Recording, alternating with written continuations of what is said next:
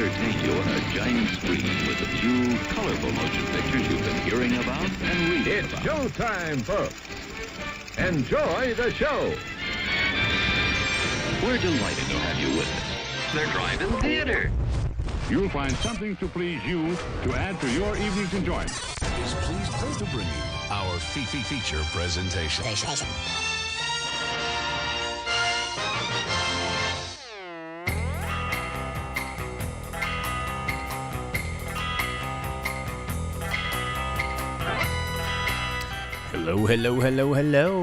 What's going on, everybody? Welcome to the Drive-in Speakerbox. It's Monday night. It is 8 o'clock Central Standard Time right here in the Midwest where we broadcast from. I'm your host, Bo, the boom operator. I am Slick Doggy the Grip. He is back, ladies and gentlemen. He has returned from his beach life vacation, salt lifing it up, just being a super... I have nothing but Salt Life stickers all over my car now. Super surfy boy, just on the beach drinking Mai Tais and pina coladas. And oh, that would have been a good idea. Why didn't you do that? Well, because the real reason I was convinced to leave the I saw you on the beach. state. I saw you in the sand, like buried under the sand. Yeah, with mermaid titties. Yeah, I saw that. I saw that. No, the real reason we went was for a drift competition. Did you drift? No, but I watched it and it was sick. It was the Clutch Kickers $100,000 drift competition with a lot of current and former Formula D drifters and a lot of big up and comers and independents in the drift world. It was super cool. I had a great time there. But yeah, Vince pointed out getting sand all over the place, dude. Yeah. There was sand all over the damn place once you hit the beach. You can't get rid of it. And Vince, he said that guy, sorry I forgot his name, was a great co-host last week. And that was Tyler. Tyler Horn from Foss Cove fame. He works over there and also the director of a little short film that he's got coming out that hopefully we can show on the show here sometime soon. But we didn't get to talk about a whole lot of horror last week that we wanted to, but that's okay. This week we are going to be talking about Halloween Kills, which I went and saw in theaters this weekend. Pretty cool stuff there. We're going to be talking about that later in the show. And you saw a film as well, didn't you? I did. I saw the new Telugu movie, Maha Samudram. Where did you see that? At one of our local Malco theaters. In Rogers? I went to they always Pinnacle show Hills. the Bollywood and the Hindi cinema. They show so much of that in Telugu. Bollywood and Hindi, yeah, same one. Yeah. Telugu and Tamil. Yeah, I watch a lot of movies there. AMC's not really bringing it to the theater like they used to. Well, our local AMC is no longer an AMC Select, I found out, and that's kind of why. Oh, no. I guess they lost their Select status, which would explain a lot of the... With COVID. Why they're shutting down early. Well, and they're shutting down early. They ain't got no concessions ever, and their bar is still closed. They said they don't have a bartender for anybody here in the Northwest Arkansas listening area, viewing area, whatever it is you area us with, and you want to go pour draft beers for people watching MCU movies. Like, you can do this over at our local AMC. They need you. I need you. Make it a Select again. I need my AMC to be good. Same. I'm paying $25 a month to not go there right now. Yeah, no joke. There's Vince with my foreign movie The Jake Selects. I did watch a foreign movie, yeah. Always with the foreign films. We're going to be talking about both of those later in the show, but let's talk about some news. Some stuff happened. A lot of trailers dropped this week. Yeah, with the DC Fandrome and there was something else that was like... We got the Batman finally getting a big trailer there. Everybody freaking out about that one. We got the Shazam, a lot of stuff for the new Shazam Black Adam movie that apparently has Helen Mirren in it now. And those are separate, Shazam 2 and Black Adam, despite the fact that they're the same universe. The opposite sides of the same coin there, because Black Adam is an evil, failed Shazam. I got to keep that in mind, kind of. I mean, but would he be failed? Like, what makes him failed? He turned evil. Well, then maybe he was just a successful evil Shazam. No, but that was the whole point of Shazam, is that they're not evil. Well, anyway, Blake over there says he misses the Razorback Theater over there off College, which is now I think like a New Life Church. It was a Gold's Gym for a while. Gym for a minute, yeah. And that was, man, I have some really fond memories of that theater because it had a really cool, like the ticket booth outside, with the thing, and you go in, and the concession stand was real cool. Yeah. And the slope floor that kind of like went up and curved and was always sticky. That's where I watched the Steve Irwin movie. Oh. Yeah. Yeah, I do miss the old Razorback Theater. That just felt like a theater. So did the Mall Twin.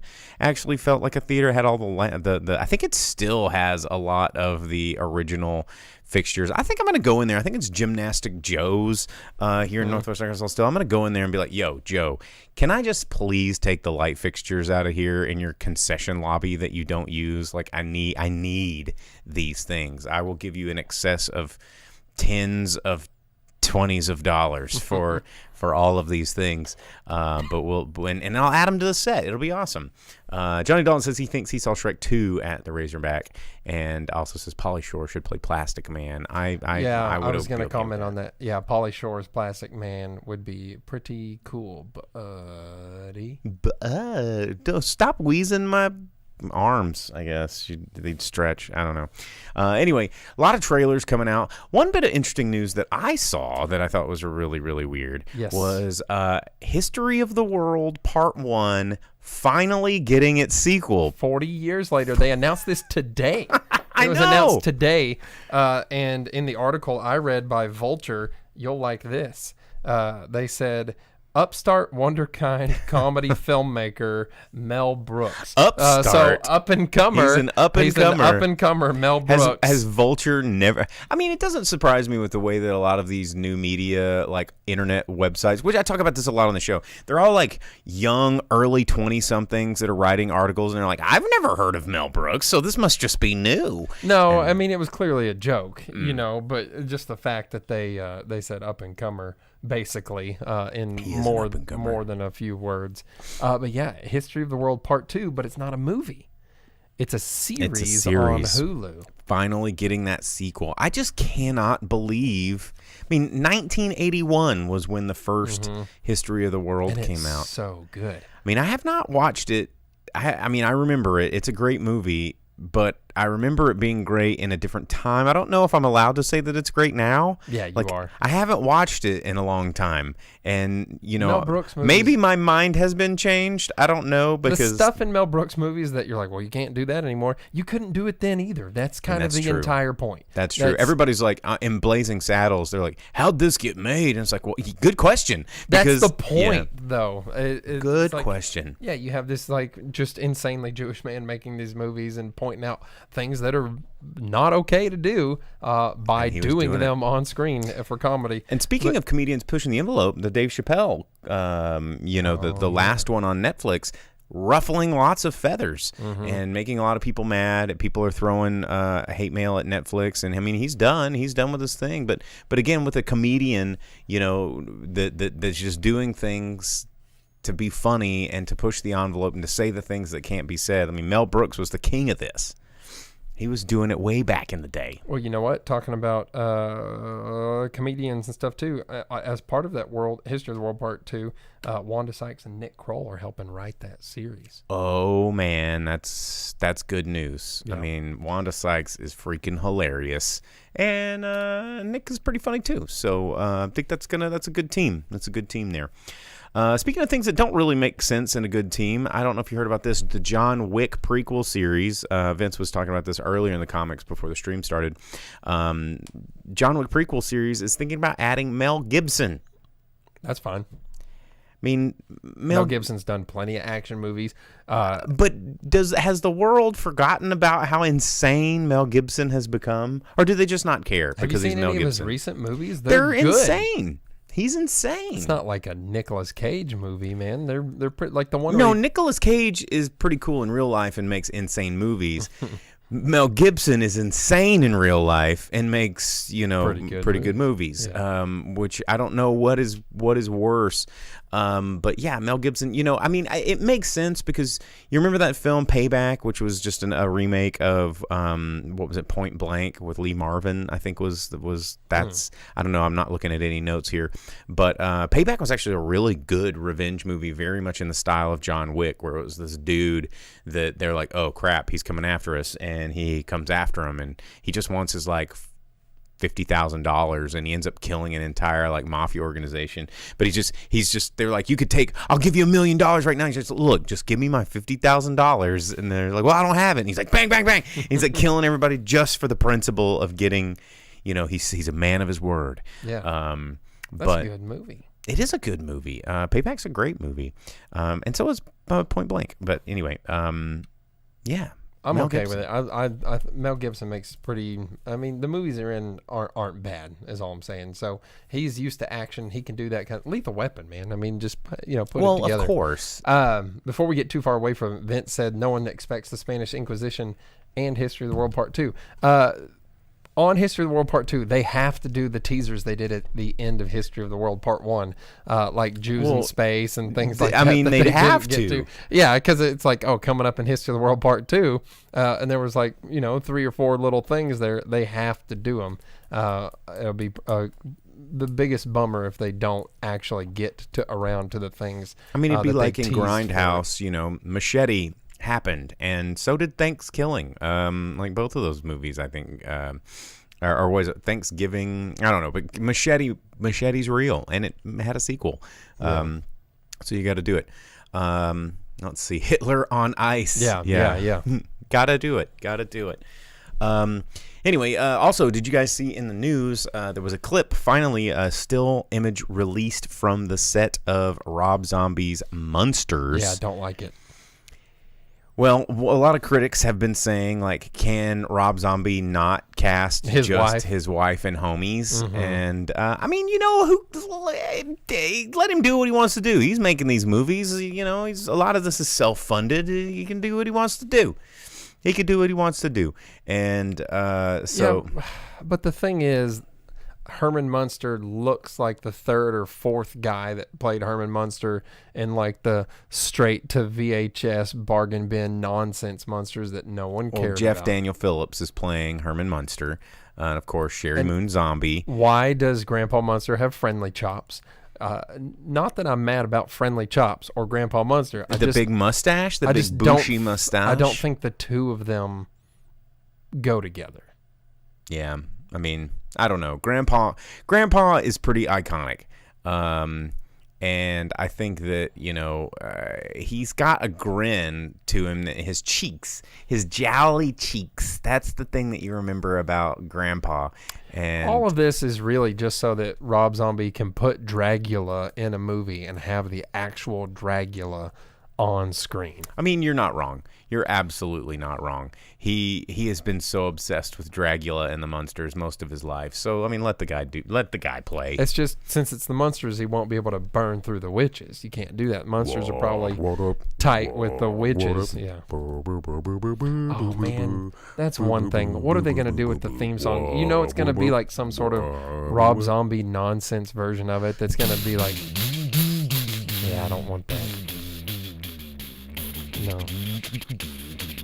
It's going to be like and that. Are they going to redo the cars? And then it's going to be like bassy, like wub, wub, wub, wub, wub, wub, wub, wub, wub, and like dropping the bass. I don't know. Are they going to redo the cars, or are they going to like replicate the George Barris, like, Grandpa's car and the Dragula, the Munster coach?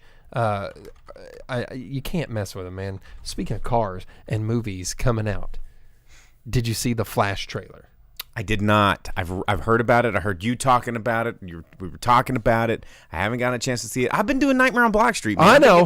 2 hours of sleep a night. So not to instantly skip to all the DC trailers that came out that we have to talk about, but the Flash trailer, you get to see a Kid Flash. And in some Kid Flash markings, you get to see a young Ezra Miller CG type Flash and regular Ezra Miller Flash. But you get to see Michael Keaton Batman cowl from the back and like the Batcave. But the one thing from the trailer that was Batcave. the actually the coolest thing is there's a canvas and it has the shape of Tim Burton era Batmobile. The coolest Batmobile. And Flash grabs the canvas and yanks it away, and the camera cuts, and he goes, "Holy crap!" And he's stoked because it's the Batmobile from the Tim Burton. The Batmobile. Yeah. It's the Batmobile. Outside of the '60s George Barris car, it is the Batmobile. It's the Batmobile. I mean, the '60s one is the Batmobile, but the one from the movies is like the one that was replicated in the animated series. If there was a Batmobile, if there was a Batman that was going to exist, he would drive the one from 1930s with his big face on the front of it. Well, probably. It's like Maximum Overdrive, but Batman face. Yeah. But no, that truck is touring. I have a friend. The Maximum Overdrive truck? Yeah, with the Green Goblin. With the Goblin? Yeah, I have a friend that went and got his picture taken in front of it last week. Yeah, that's cool. So it's out touring. You can find it somewhere. The Tim Burton Batmobile is freaking cool. It's so cool. And except for by the time like Joel Schumacher got a hold of it and put like that 20-inch like tail on the back that would like wiggle around. And it has like all the weird like holes, ribs. And stuff. Yeah. It looks like it's the Ace and Gary. It's the it's ambiguously gay duo. It's a pretty throbbing Batmobile. But the Burton Batmobile is so freaking cool. It is super cool. So that's something that I'm mad stoked because it's one thing to have Michael Keaton Batman come back. It's totally different to have like the Batmobile make an appearance. That's too cool. Very cool character. Johnny Dalton asks on YouTube, he says, isn't Cars basically Maximum Overdrive after all the humans died? And I mean, in a weird parallel universe way, that's a weird way of thinking it. Let's see. Noxolid asks, did we solve the mystery of why we are doing Batman again? I think yes, and the answer is money. People love Batman. People love Batman, but people love Batman origin stories. No, people are done with Batman. No. Here's the thing. Dumb idiot people that want to go buy movie tickets want to see Batman origin stories, and they want to see the same person as Batman every time if you're going to continue in a world. And the problem is no Batman wants to stick around for more than one or two movies, so they feel like they need to remake that Batman. But I think, honestly, just make us a Batman movie that takes place in one of the cool arcs. I mean, you've got a million cool arcs that you could do, or just pick a handful of episodes from Batman the Animated Series. Batman the Animated Series is a masterpiece. Some of my favorite episodes of Batman the Animated Series are the ones that don't have any supervillains at all. Where just have Bruce Timm write the movies from now on. Yeah, just please. Like, do you remember the Gray Ghost episode of Batman the Animated Series? It's the Gray Ghost, and it was just such a cool. And there was no Joker, there was no Clayface, there was no Penguin, there was none of that stuff. You get Commissioner Gordon, you get some of the mob bosses. It was good stuff. There's the one where you got stories like The Dark Knight Returns and stuff told by three kids telling what they believe Batman's like. Oh yeah. But it was just them being like, "Oh, this is what Batman's really like." You don't even know, and at the end they kind of catch a glimpse of Batman. But that's the whole episode. It's just kids talking about it. Do you remember the one episode of Animated Series, The Almost Got Him, where they're all the super criminals are sitting around a poker table sharing stories about how they almost killed Batman, and that's the whole episode? Like, it's pretty awesome. And they're like, no, we almost got him. And then they recreate that in a couple like Justice League episodes and stuff too. Oh, do they really? Yeah, Mark Hamill is like some goofy character in a bar telling them about heroes and stuff. 86 said, one of my professors wrote the Batman animated series pilot. Sick. That's pretty cool. That's really cool. While we were talking about the Cars, Blake said, can someone make a Twisted Metal movie? We talked about that 2 weeks ago. Mm-hmm. There's a series of Twisted Metal that's being made for, what was it, HBO? I think so, yeah. I think Netflix? It was HBO. I think it's HBO, yeah. So watch out for that. I think it has, what's his face that plays the Falcon?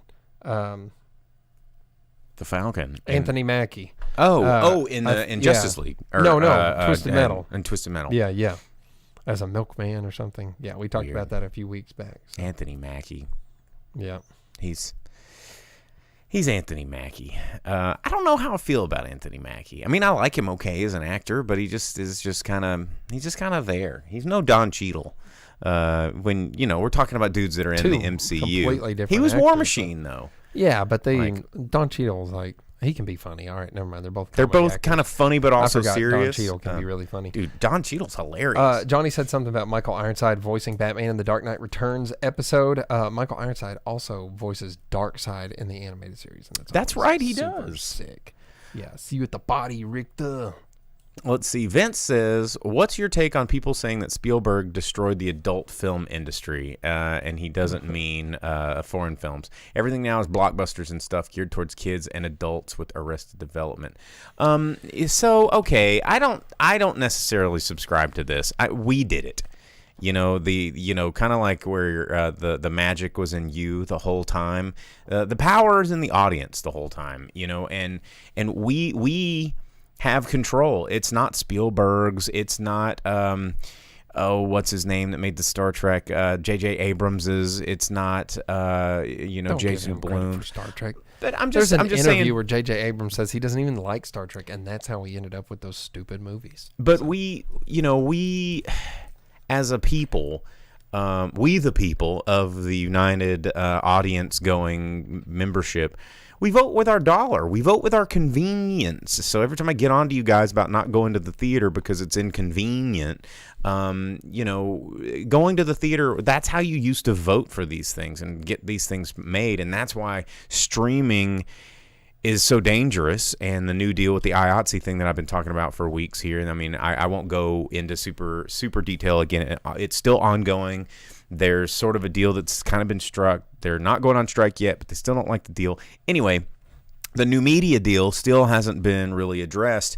And with streaming and all of these things, like, we get this instant gratification of wanting more and more and more constantly without investing in the content and taking chances and risks. I would not say Steven Spielberg killed anything. I would say he helped usher in an age of really amazing filmmaking, but we as an audience destroyed any people's chances at making really cool movies because everybody wants a knockout out of the park, and if it's not making all this money, then we're not going to do it. So let's just stick to the things that make money, and they only make money if we give it to them. So talking about things that Spielberg created and killed because money, in the list of Disney movie delays that was announced, you see that Indiana Jones 5 is one of them that hit the delay. He's not directing, but he is a producer, because what doesn't Spielberg produce or executive produce or whatever? That movie has been delayed by at least a year. And the other Disney movies, like 5 Marvel movies, hit a delay. Like Thor, Love and Thunder, Blood and Thunder, whatever the Boo-hoo. dick. It's been delayed like 2 months. Doctor Strange 2, Black Panther 2, Ant-Man 3 or whatever, they've all been delayed. So, yeah, if you're someone that has the big hard-on for all the Disney trash movies that they're putting out, you're going to have to wait a little bit longer. So, tough luck. Sorry about that. Speaking of things we don't have to wait for any longer, you know what's coming out in theaters this week? Do we need to talk about new releases this week? It is about that time in the show. Oh, man, we didn't even get to, like, half of our news stuff. Well, let's go through it real quick. Cuba Gooding Jr. going to trial in February for touching people's butts. Cosby, out on the loose, is being sued by a lady since he can't be put in prison again for touching her butt. DC, Batman trailer had the Riddler in it. Aquaman, new look was released. Shazam 2, looks like Percy Jackson. Black Adam, everything about it looks like absolute trash garbage except The Rock and Pierce Brosnan as Dr. Fate. Pierce Brosnan as Dr. Fate looks super But did you sick. see the Adam Warlock casting that they did? No, I didn't see that on Marvel. Who's Adam Warlock? So Adam Warlock is going to be Will Poulter, Mr. Eyebrows himself. Okay, no. Yeah. The kid from the meme, people. Yeah. From We Are the Millers. I actually like Will Poulter. He was the bully doucher kid in those preteen movies that we watched. Yeah. The ones with the maze. The Maze Runner. Maze Runner, yeah. He's the doucher kid in the Maze Runner. It's because he's got these, like, super pointy eyebrows. Like, yeah. Like this. Well, If hate you can that. see on. He is not Adam Warlock. Adam Warlock's supposed to be a super badass. And you're taking the butthole kid from Maze Runner. Oh, kid from Dune is new Willy Wonka. Yeah, we talked about that last week. Oh, did you? And how he looks like Gonzo from... Was that around before Monday of last week? It was, yeah. Oh, they snap. released that picture, and he looked like Gonzo from the Muppet Christmas Carol. He does. He looks exactly like that. There was something else. Some other movie trailer, something nonsense came out last week. I don't know.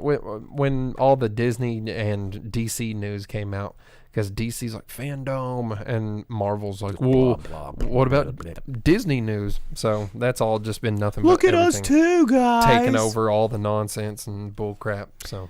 Well, speaking of new movies coming out this week. What a weekend. Oh my gosh. I do not even have time to see all the movies that I want to see this weekend. Like, wow. The biggest one, of course, coming out. We've been talking about it for years. Dune. We're finally getting the new Dune. This movie, I think a lot of the viewers that watch this show and have listened to this show, we've been talking about this since this show was on radio. We've been talking about Dune, and it's finally here, man. I mean, it's coming out this weekend. Well, and as excited as you are for it, keep in mind, this is only the first half. I'm okay with that. I am okay with that. 2.5 hours of your life to sit through something you've been waiting probably 2.5 years for, so that you can wait again for the so far as of yet unannounced part 2. It's coming. So, And Momoa is already asking for the Villeneuve cut. So since he's like, oh, I was in the Snyder cut, let's get that Villeneuve cut. So he's trying to have like his 8-hour vision put to the screen. I'm here for it. I'm absolutely here for it. So cannot wait. This is a theater movie. Okay, guys?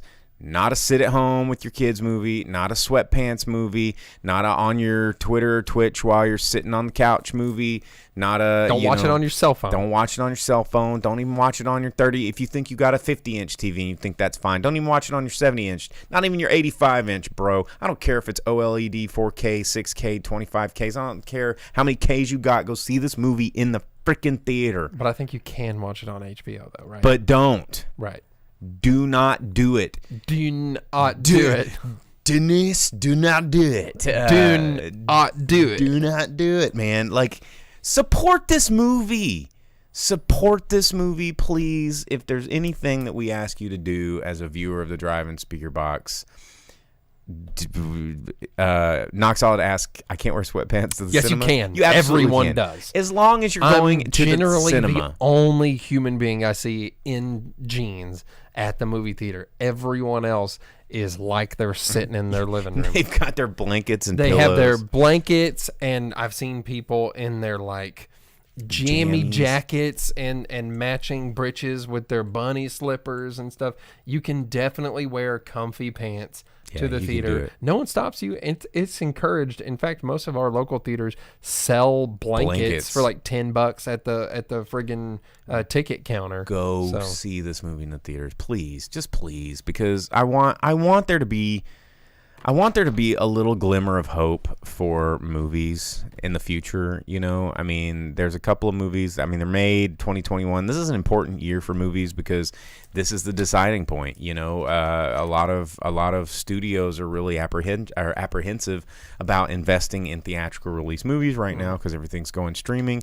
I mean, I watched the Halloween Hootenanny with Joe Bob Briggs, and he had David Gordon Green and Jason Blum from Blumhouse Productions talking about the state of movies. And David Gordon Green was like, yeah, everybody just wants to do streaming shit now. Everybody wants to do series and streaming. And David Gordon Green was like, yo, 97 minutes, that's a movie, man. Well, look, I mean, even Mel Brooks is putting his new thing to a series on a streaming service. Go see Dune. Also coming out in theaters, another film lovers film, The French Dispatch, finally coming out. The new Wes Anderson movie. If you've ever seen, I know you're making a face over there for people that at home not watching the stream, just listen to our podcast wherever you can download podcasts. Wes Anderson movies. You gotta kind of be into them. If you like Wes Anderson movies, you have to be a hipster nerd. You don't have to be a hipster nerd. Name one person that likes Wes Anderson movies that isn't a hipster nerd.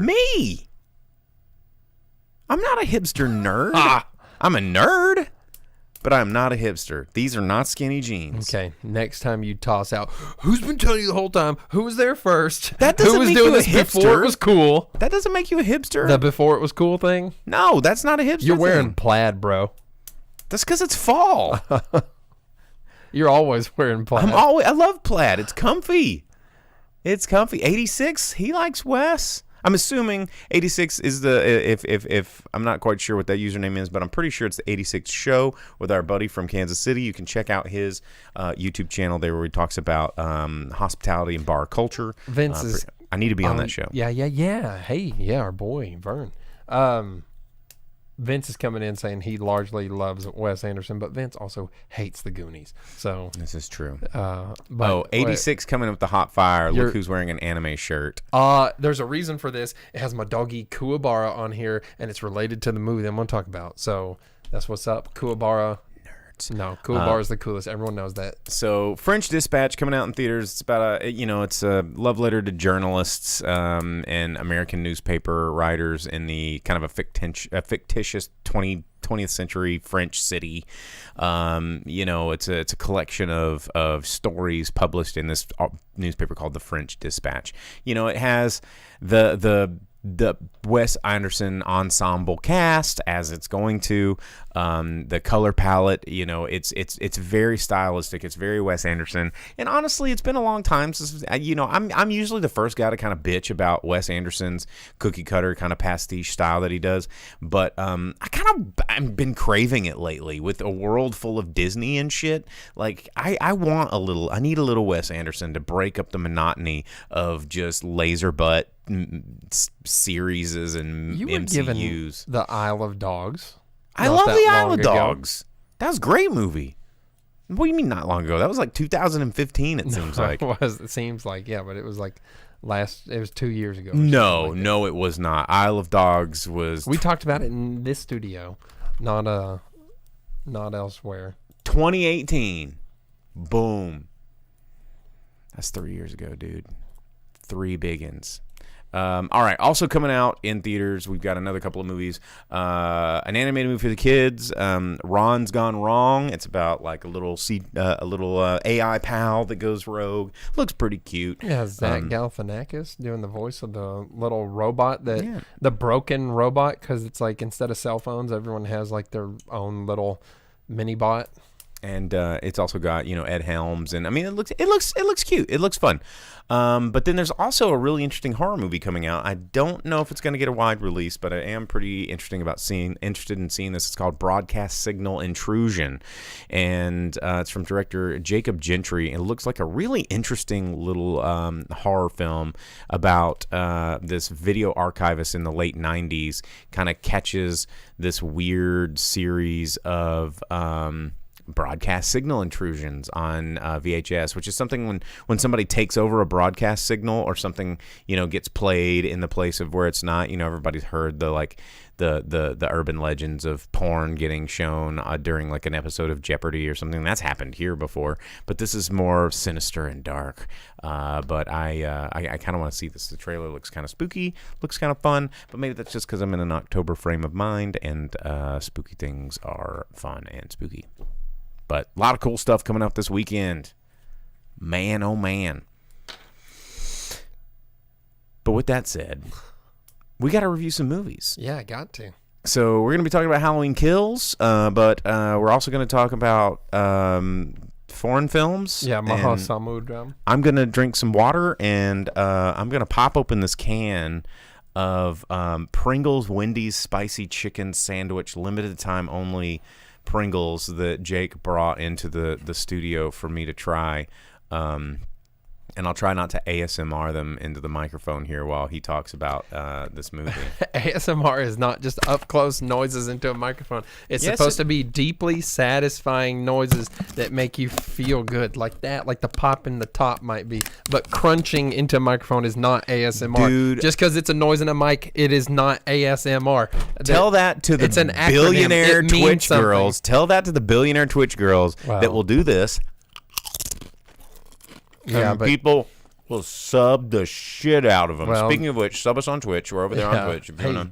Hit us up. You can get the foreign film emote to hit us with to talk about that kind of thing. You want me to talk about my movie first so that you can talk eat about the some movie. chips? That's why I'm eating chips, dude. Well, they're back. I got my snacks. I'm ready to listen. Yeah, they're back, everybody. Indian movies are hitting cinemas once again, no longer exclusively on stream. I can once again go to the theater and bring to you the entertainment that is Indian cinema. And it does not ever disappoint, man. It's always such a good time. How long was this movie? It was only like 2.5 hours, maybe. That's it? That's pretty short for an Indian movie. Yeah, pretty short for an Indian movie. And it had a full 10 or 15-minute intermission, a little over an hour into it. So you got to get up, you got to pee, which I did, get some snacks, which I did. It was a good time. Intermissions need to be back in movies. It's nice to have an intermission. Intermissions, Afix says too effing long over there, but intermissions are important. I think we need to bring Dune them back. is 155 minutes, and everyone's going to go watch that. I'm going to go see. Well, I mean, James Bond was 2 hours and 45 minutes. I mean, that was a long-ass movie. Yeah. You're like, give me a, let's go out to the snack bar and get ourselves a snack, and go pee, and you get like 10 minutes. It's Indian perfect. movies may have once upon a time been like, oh, wow, such a long movie. Every Marvel movie's longer. All of the big blockbusters are longer. It's one of those things where just because it's not something you're super into doesn't mean that's a long movie. And when you watch it, it doesn't seem near that long at all. But there are 3 movies that I had to choose from, all Telugu.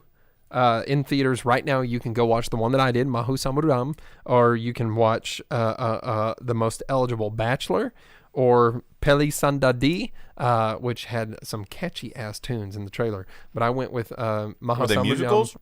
I mean, they're Indian movies, so they always have some sort of music and dance numbers involved. Generally, there are ones that don't. I've seen ones that don't, but typically that's part of the movie culture there to get that.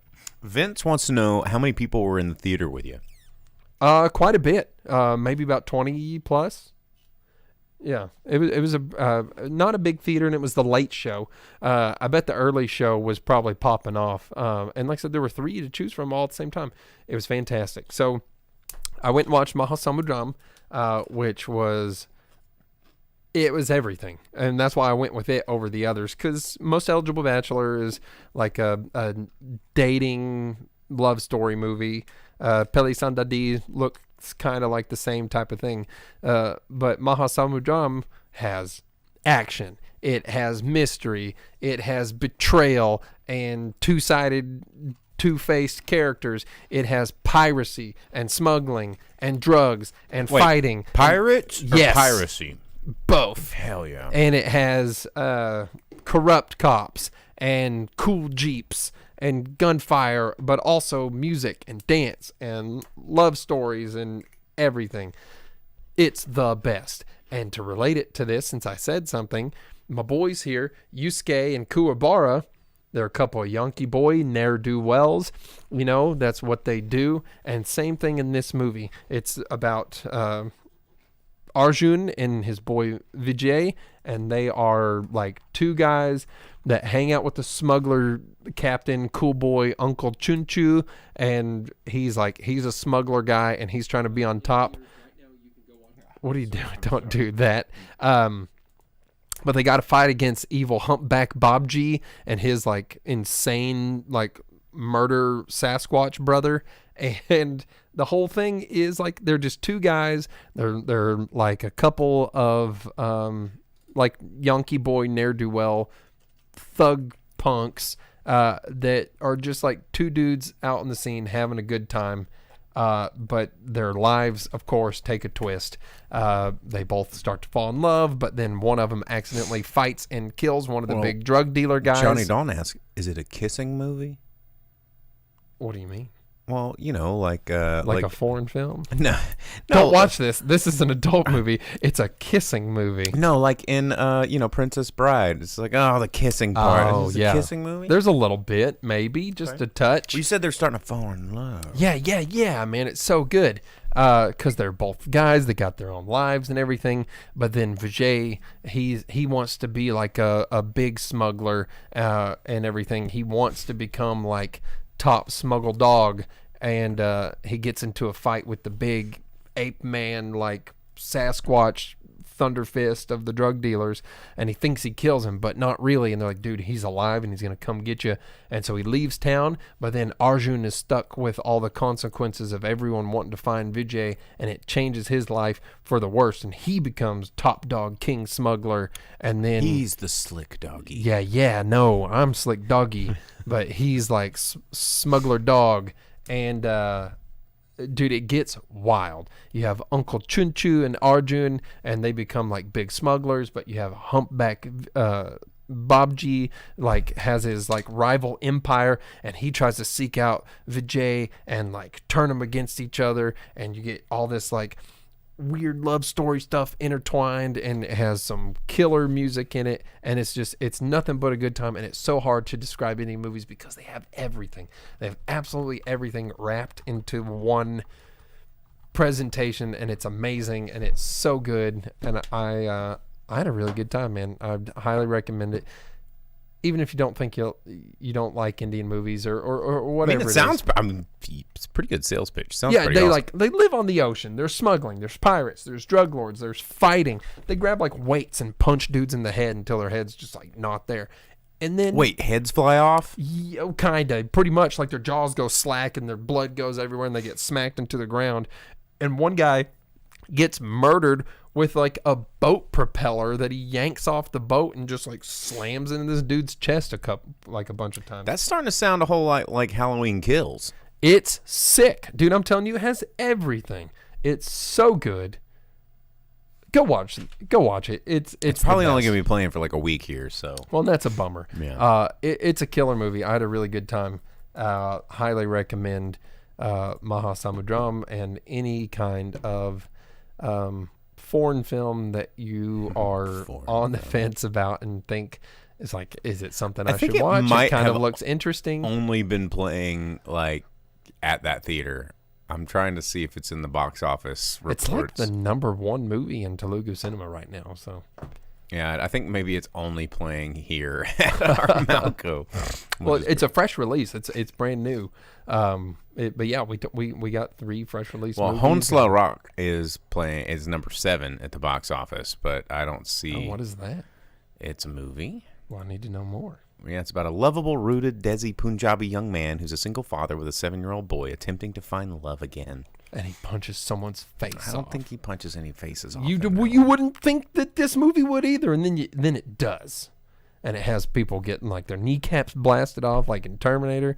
Dude, it's so cool. Definitely. Maybe our Malco just doesn't report box office earnings very well. Maybe. I don't know, because like the number 34 movie is Tango Shalom, and that looks like a movie that you'd be into. It's about a tango dancer and a rabbi developing a plan to enter a dance competition without sacrificing his orthodox beliefs. Family, tolerance, and community are tested in one dazzling dance step at a time. I mean, I would watch it. You ever see Step Up or Take the Lead? Those are good-ass movies. Dancing movies can be cool. You ever watch Stomp the Yard?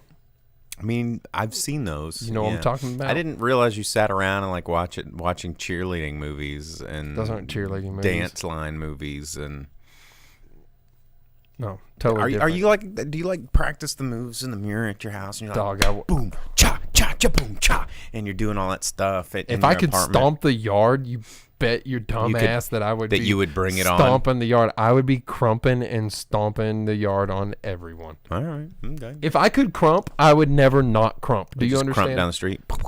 Yeah, that's why it was deemed by powers greater than me that I would not have the ability in life to crump, because I would never not crump on someone. Oh man! Because everyone would be like, "Yo, there's Little Miss Slick Crumpet. There's Slick Doggy crumping on everyone." That would be my stage name. They'd be like, "Yo, Little Miss Crumpet." Yeah, that'd be good.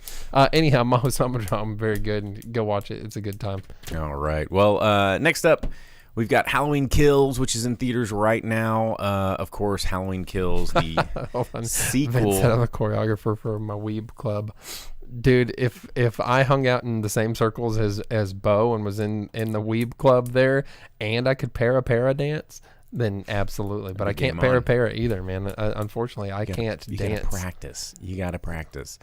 Well, Halloween Kills, the sequel to the 2018 Halloween film, both directed by David Gordon Green, written by Deborah Hill, John Carpenter, but this one, Halloween Kills, adding to the mix with writers Scott Teems and, of course, assisted for David Gordon Green. And Danny McBride, I believe, also an executive producer on this, because him and David Gordon Green are homies. And this is the second of this trilogy that they're trying to do. Don't think that this is going to be the last of Michael Myers and the saga that you've been seeing. It is the second installment. They are planning a third installment. It is coming. It's coming to get you. It's coming to get you, the boogeyman. Have you never watched Halloween? I just don't know what that voice was. That's the kids teasing about the boogeyman. Anyway, Halloween Kills. This is a really interesting movie to me, because it was one of those movies that was right as the theater, like the credits were rolling, I'm like, actually 30 minutes in, I'm like, I don't know if I'm going to like this very much. But by the time the credits rolled, I'm like, yeah, I'm pretty okay with this. And by the time I sat in the car and got home, I was like, dude, that was awesome. The more I unpacked this movie, the more I kind of appreciated what David Gordon Green's trying to do with this franchise. And Johnny asked for no spoilers, please.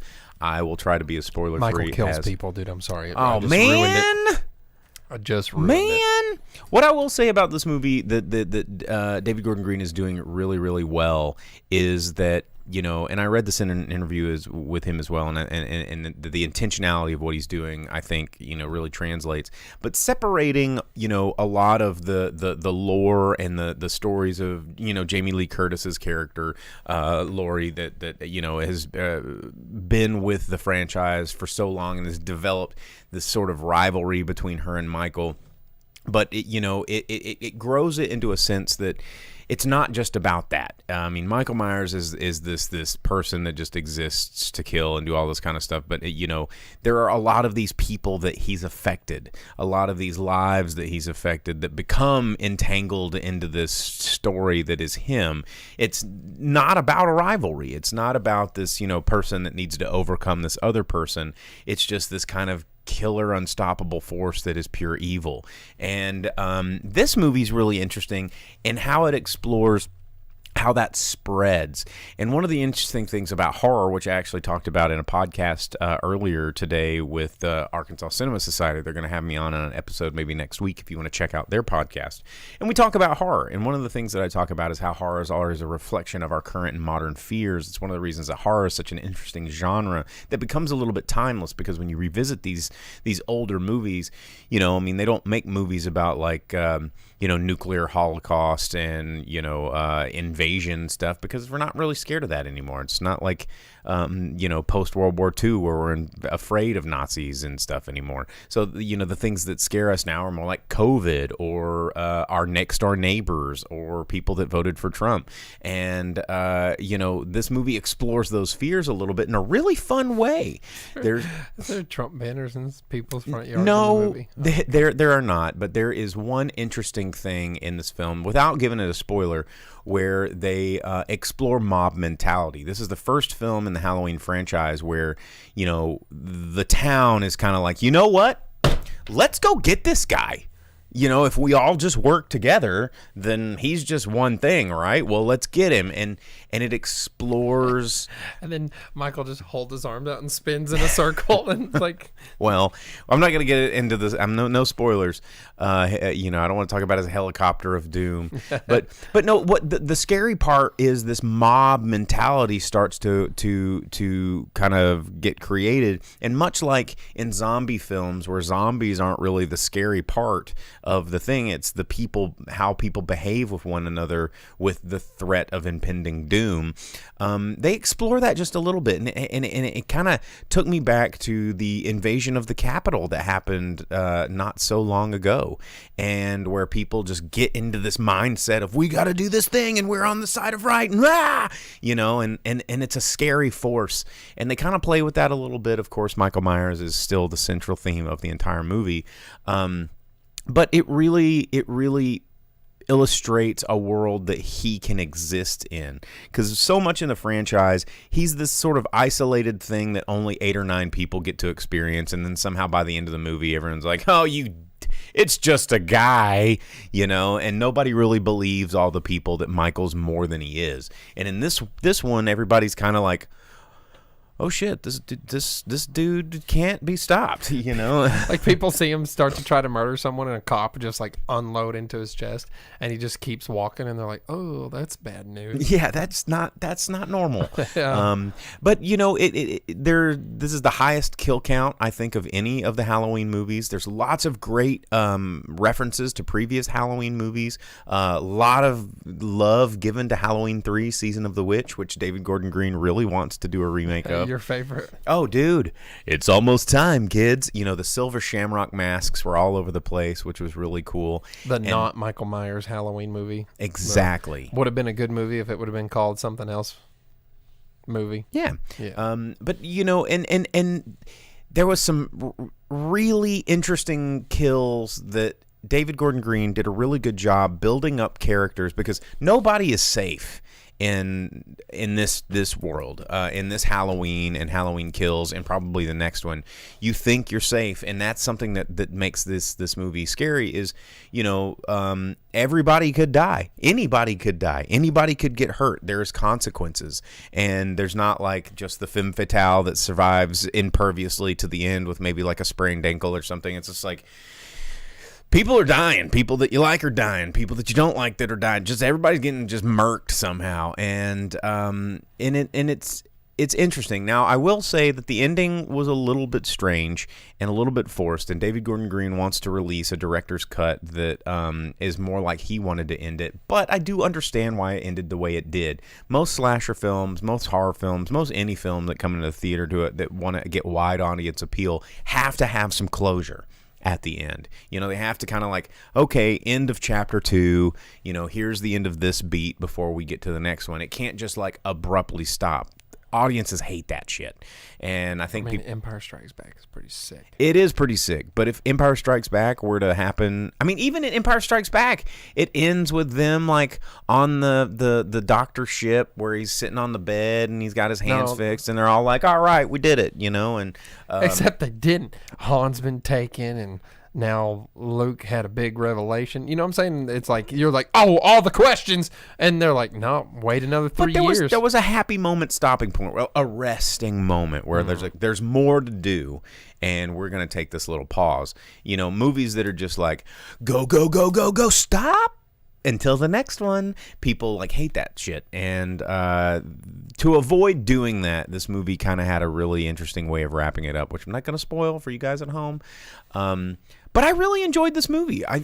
For a slasher film, in a slasher film that really lost its way, as Johnny Dalton asked, no Busta Rhymes though.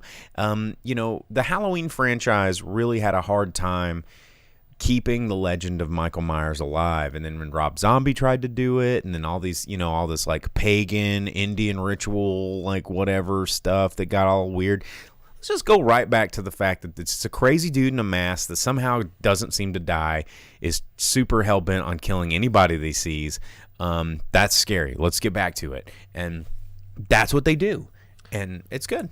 Could the stopping point just be Michael like sitting down and he looks at the knife and like wipes the blood off on his jumpsuit, and then he just goes like, and then it cuts, like he's just like, I'm tired, like, or he like picks up a candy bucket from the sidewalk and like eats a payday and just like sticks it in there and does the like SpongeBob whelp, and he like, well, get back to work. Or some kid hands him a Snickers and then he goes and he eats it and it gets back to the kid, he goes, better, and it goes to Michael Myers and he's a different person. He's like, just a dude. Better. Yeah. It's just Michael Myers, like the actor. Yeah. That would be good. Talking about Mike Myers, though, one thing in the news we didn't mention, bro. William Shatner went to space. He did go to space and didn't die. Captain Kirk went and came back from space. And in a recently released Wired autocomplete interview with William Shatner from a couple months ago when they filmed it, he's like, oh, I had a chance. There was supposed to be a chance for me to go to space. It did not happen. I don't think it's going to, but he's like, I don't really want to go to space. I want to be able to come back from space, and no one could guarantee that. But he got to come back from space. So how about that? Also, Russia filmed their movie in space, and those we were talking about that. Yeah, that actress and director just came back. They made it back. Can't wait to see that. Yeah, so after their 10 days of filming, they returned to Earth the other day safely. So how about that? Lots of stuff going on. Lots of interesting things. So now they can do Mike Myers in space, like Jason in space. Mike Myers in space. Jason X was a weird movie. And since Mike Myers can't die, it'll just be him like floating, frog swimming through space. Yeah. Yeah, he's just like an icicle. Yeah, icicle, but the music's just in his head because there's no noise in space. And well, no, the whole movie is just the cool thing about the Michael Myers movie is the breath. You know, Michael Myers is known as the Shape, like that's what he is, and but there's always that haunting like that goes through the whole movie, and it's so creepy because if you've ever worn a mask, that's what it sounds like. And you know, it has made that noise so iconic, and that's just this in space. All you hear is because if anyone can breathe in space, it's him. It's him. He's the only one. And anyway, all right, guys. Well, we're just about running out of time. We're gonna be back next week. God, if I'm going to try and see Dune on Sunday, like that is my jam. I gotta go see it. Attempt to see Dune if I can get a ticket. Oh, you know what? I did manage to get me 2 tickets too before it sold out. What? The 1-day, 1 showing only of Rocky IV Extended. That's Where's this playing? Movie theaters, Fathom Events, What? November 11th. What? It has 40 extra minutes. What? Primarily of the fight scenes. Well, I don't know if I need to see that. It's going to be another half an hour of James Brown singing Living in America. Living in America. Yeah. You were supposed to keep going. That was. Oh, yeah. No, I'm not going to do that again. Yeah, you've seen me do that live in person. Living in America. Hey, I feel good. There it is. Yeah. But yeah, dude, 40 extra minutes of Ivan Drago battles. I would break you. Yeah. So looking forward to that. I'm super stoked. If you can manage to find tickets to that still, Rocky. And also tickets out there for the Fathom events on October 29th or 30th. There's going to be the Universal Monsters, I'm going to say Invisible Man and Wolfman playing in theaters, which I will not be able to attend because that's my busiest weekend of the year, but please attend for me. What a chance to see eternal classics on the silver screen. Lots of horror ones. Like this week right now, Silence of the Lambs still. I know they were doing that this weekend. Usually extend to the early part of the week. So check those to see about classic horror stuff there for that. So. Well, all right, guys, thanks for tuning in. Like and subscribe over there on our Facebook, Twitch, and YouTube. You can throw those subs in. We definitely appreciate those over on Twitch. If you are only listening to the podcast, we also appreciate you, and tell your friends to download this podcast wherever you download podcasts. And we will see you guys next week for more talking about movies. I, of course, am your host, the Boom Operator. And I am the Grip. And we'll see you guys then. Later. Wrong song. Look at me.